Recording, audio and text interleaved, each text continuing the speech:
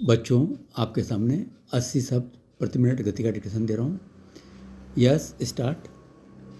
बढ़ते प्रदूषण की चर्चाओं के बीच सबका ध्यान सिर्फ हवा में घुलते जहर की ओर जा रहा है। सब जानते हैं कि सिर्फ हवा ही नहीं, पग पग पर प्रदूषण फैल रहा है, लेकिन इसकी परवाह भला किसे है। कहीं पानी प्रदूषित है तो कहीं कान फोड़ू ध्वनि प्रदूषण की समस्या। वैसे भी जो कुछ नज़र आ रहा है उसमें प्रदूषण कम करने के तमाम सरकारी दावे हवा होते दिखते हैं। आज तो हालत यह है कि हवा में जहर घुल रहा है और इसकी वजह से शरीर में बीमारियां घर कर रही हैं।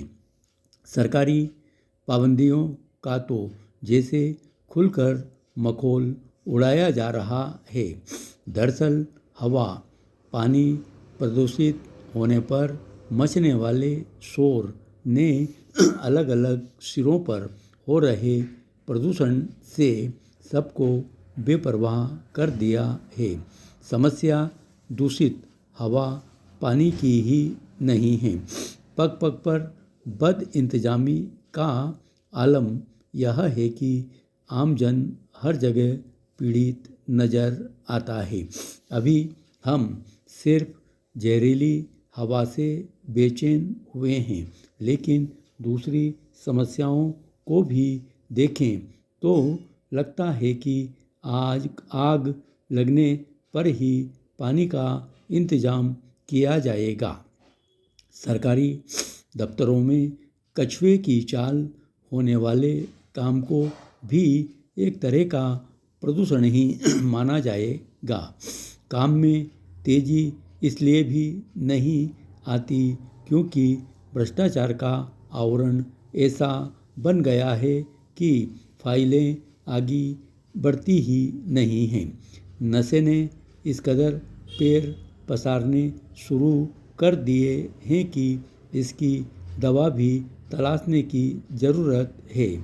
बीमार को स्वस्थ करने का जिम्मा निभाने वाले चिकित्सकों की अनदेखी कर जब नीम हकीमों से उपचार हो रहा हो तो जीवन को बीमारियों से आखिर कौन बचाएगा। प्रदूषण यहाँ भी है, भले ही पानी हवा का जिक्र न करे।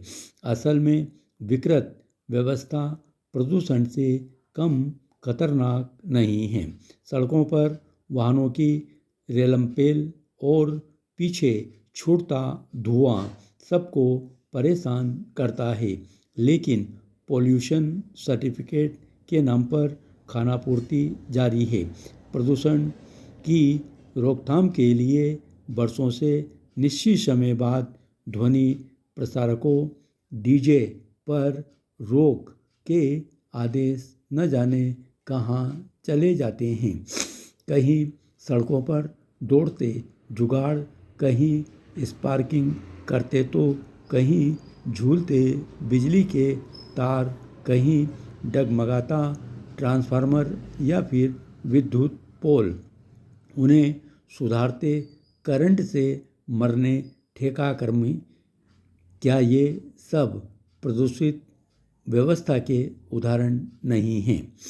सड़क से लेकर सरकारी इमारत अथवा दूसरे निर्माण में घटिया सामग्री का इस्तेमाल भी किसी प्रदूषण से कम नहीं है।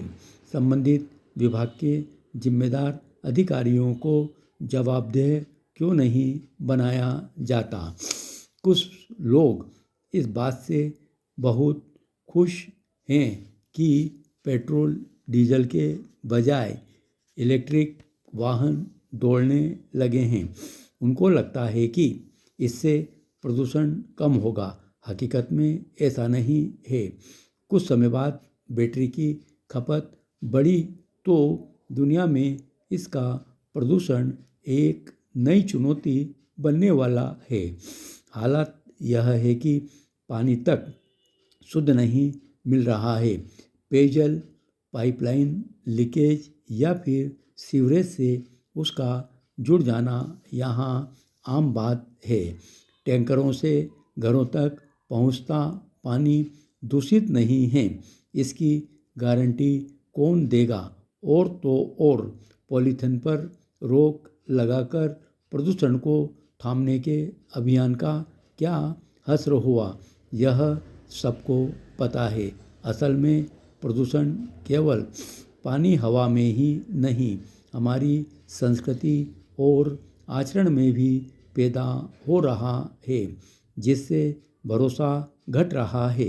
सोशल मीडिया प्लेटफार्मों के जरिए फैल रहा प्रदूषण समाज के सद्भाव को बिगाड़ रहा है।